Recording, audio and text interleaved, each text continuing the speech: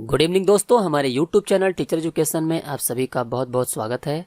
उम्मीद है आप सभी शिक्षक निष्ठा की ट्रेनिंग दीक्षा ऐप के माध्यम से ले रहे हैं। चूँकि दोस्तों ये ट्रेनिंग जो है वो ऑनलाइन है, इसीलिए जाहिर सी बात है कि कुछ ना कुछ टेक्निकल प्रॉब्लम आपको आती होगी।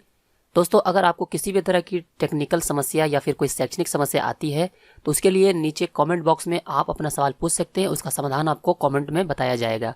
साथ ही साथ जो दोस्त शिक्षक हमारे चैनल पर नए हैं वो हमारे चैनल को सब्सक्राइब जरूर कर ले ताकि आगे आने वाली सारी वीडियो की नोटिफिकेशन आपको मिल सके। आज की इस वीडियो में जो हम लोग बात करने वाले हैं वो मॉड्यूल 13 के बारे में बात करने वाले हैं, जिसमें एक गतिविधि है जो कि सक्रिय और निष्क्रिय अधिगम के बारे में है। हमें यह बताना है कि वो सक्रिय है या निष्क्रिय। इसमें 16 प्रश्न है, तो चलिए हम इसका हल करते हैं बिना देर किए हुए।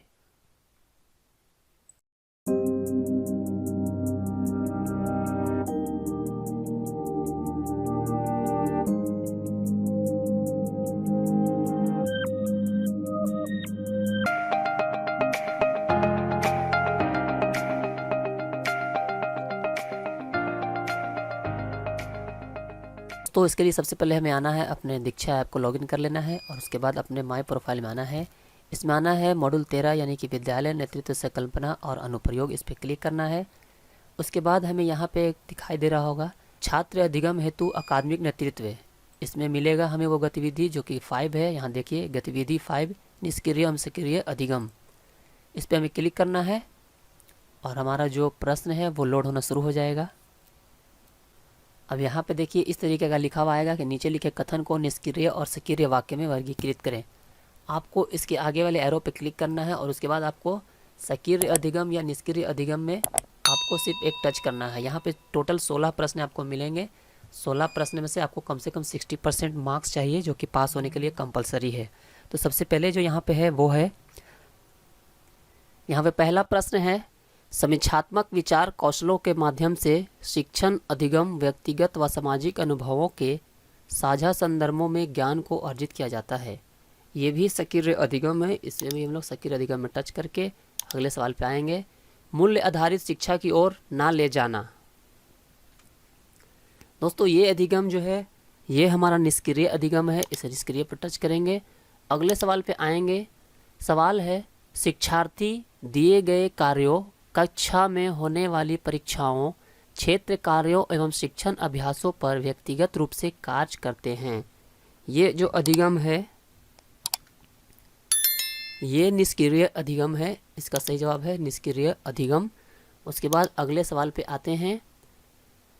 अध्यापक उन सामाजिक, सांस्कृतिक और राजनीतिक संदर्भों को समझते हैं जिनमें शिक्षार्थी पलते व विकसित होते हैं। वे शिक्षार्थियों को सैद्धांतिक जानकारी के साथ साथ जीवन की वास्तविक स्थितियों से भी परिचित कराते हैं। ये सक्रिय अधिगम है या निष्क्रिय अधिगम है, ये आपको बताना है। दोस्तों ये जो है वो सक्रिय अधिगम होगा। सक्रिय अधिगम पर टच कर लेना है, फिर अगले सवाल पे आ जाना है। अगला सवाल है, सामाजिक वास्तविकताओं और सामाजिक वास्तविकताओं, शिक्षार्थी और अधिगम प्रक्रिया के बारे में छात्रों की मान्यताओं का निराकरण करने के लिए कोई स्थान नहीं होता है। यह कौन सा अधिगम है ये आपको बताना है। तो इसका जो सही जवाब है वो है निष्क्रिय अधिगम, यह भी निष्क्रिय है। अगले सवाल पे आते हैं, एरो के निशान पे क्लिक करेंगे। प्रश्न पढ़ते हैं, शिक्षक शिक्षार्थियों को गहन विचार विमर्श व चिंतन संलग्न रखते हैं। शिक्षार्थियों को स्व अध्ययन और समीक्षात्मक विचार कौशलों के विकास के लिए मुद्दों को समझने एवं पहचानने के लिए प्रोत्साहित करते हैं। शिक्षार्थी अपने द्वारा किए गए अवलोकन, स्वचिंतन जिसमें विवादों का भी उल्लेख हो, इन सभी विषयों पर चिंतन युक्त लेख लिखते हैं। यह कौन सा अधिगम है?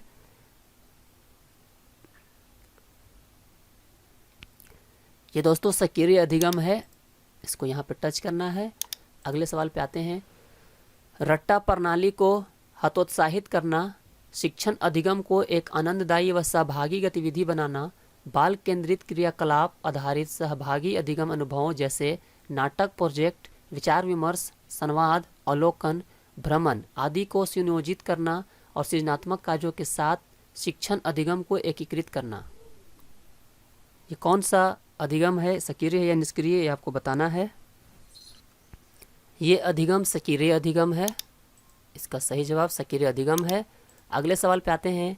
ज्ञानात्मक अवधारणाओं को परखने, जानने एवं चुनौती देने हेतु पर्याप्त अवसर। ये कौन सा अधिगम है, सक्रिय है या निष्क्रिय? इसका जो सही जवाब है वो सक्रिय अधिगम है। अगले सवाल पे आते हैं। शिक्षार्थियों को समाज में अपनी स्थिति और अपनी मान्यताओं का पता लगाने व परखने के लिए कक्षा शिक्षण अधिगम प्रक्रियाओं में स्थान दिया जाता है। ये आपका सक्रिय है या निष्क्रिय, आप भी गेस करके बता सकते हैं। आप गेस करें, नीचे कमेंट बता सकते हैं कि सक्रिय है या निष्क्रिय। इससे आपको पता चल जाएगा कि आप अभी तक कितना जान पाए हैं। अगर आप कमेंट में सक्रिय अधिगम लिखते हैं तो आपका सही होता। यहाँ पे इसका सही जवाब है सक्रिय अधिगम। अगले सवाल पे आते हैं। अध्यापक बच्चों एवं अधिगम से जुड़े सामान्य सिद्धांतों को ही शिक्षण अधिगम प्रक्रिया में प्रयोग में लाते हैं। जल्दी से फटाफट नीचे कमेंट में आप बताइए कि ये निष्क्रिय अधिगम है या सक्रिय अधिगम है।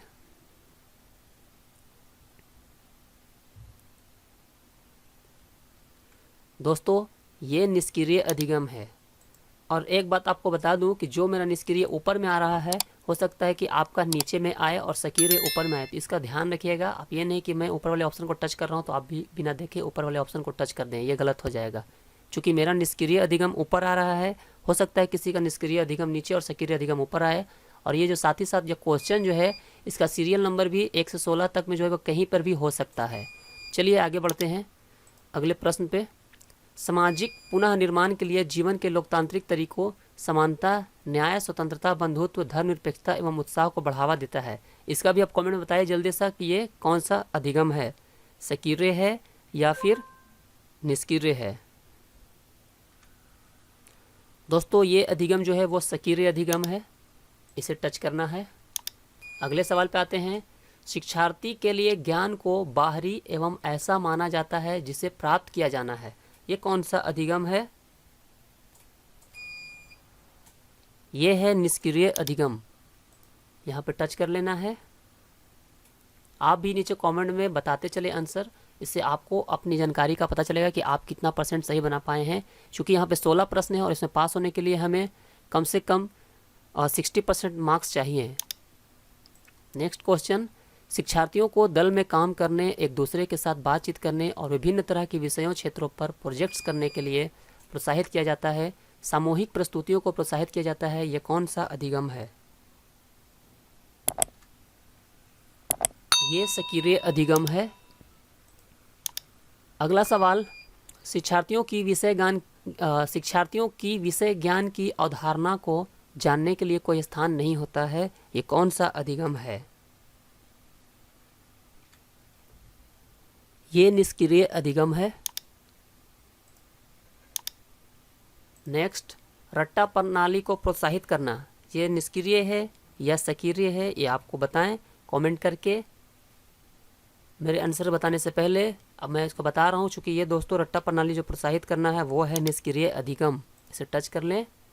आपको खुद का जानकारी होना चाहिए कि आपने कितना अभी तक सही खुद से बनाया है, इसलिए आप कमेंट बॉक्स में नीचे इसका सही जवाब कमेंट करते रहें। नेक्स्ट क्वेश्चन पे आ गए हैं। चिंतन, मनन व स्व अध्ययन के कम अवसर, ये कौन सा अधिगम है? फटाफट नीचे कमेंट बॉक्स में बताइए। अब वीडियो को, चूंकि मैं आंसर पहले बता दे रहा हूँ, आप चाहे तो वीडियो को पॉज कर सकते हैं, उसके बाद कमेंट कर सकते हैं। इसका सही जवाब है निष्क्रिय अधिगम। चूँकि वीडियो शॉर्ट बनानी होती है, ज़्यादा लंबी वीडियो बनाने से लोग बोर हो सकते हैं, इसीलिए मैं चाहता हूँ कि जल्द से जल्द इस वीडियो को ख़त्म कर दिया जाए। अगर मेरे आंसर बताने से पहले आप कमेंट नहीं कर पाते हैं तो आप वीडियो को पॉज कर दें और फिर कमेंट बॉक्स में अपना आंसर बताएं। आते हैं अगले प्रश्न पे। यहाँ पे 16 प्रश्न हम लोगों ने टच किया है, एक भी प्रश्न को स्किप नहीं किया है। अब यहाँ पे सबमिट करके देखते हैं कि हमारा स्कोर क्या हुआ है। यहाँ पे देखिए दोस्तों, नीचे में स्कोर दिखा रहा है योर स्कोर इज 16, यानी कि हम लोग का जो कोर्स है वो 16 में 16 सही हो गया है। दोस्तों अगर आपको और भी किसी तरह की कोई परेशानी हो रही है ट्रेनिंग के दौरान, आप नीचे कमेंट बॉक्स में सवाल पूछें। और हमारे चैनल पर अगर नए हैं तो चैनल को सब्सक्राइब कर लीजिए और बेल आइकन को जरूर दबाएं ताकि आने वाली वीडियो की नोटिफिकेशन आपको मिल सके। फिर मिलेंगे दोस्तों नेक्स्ट वीडियो।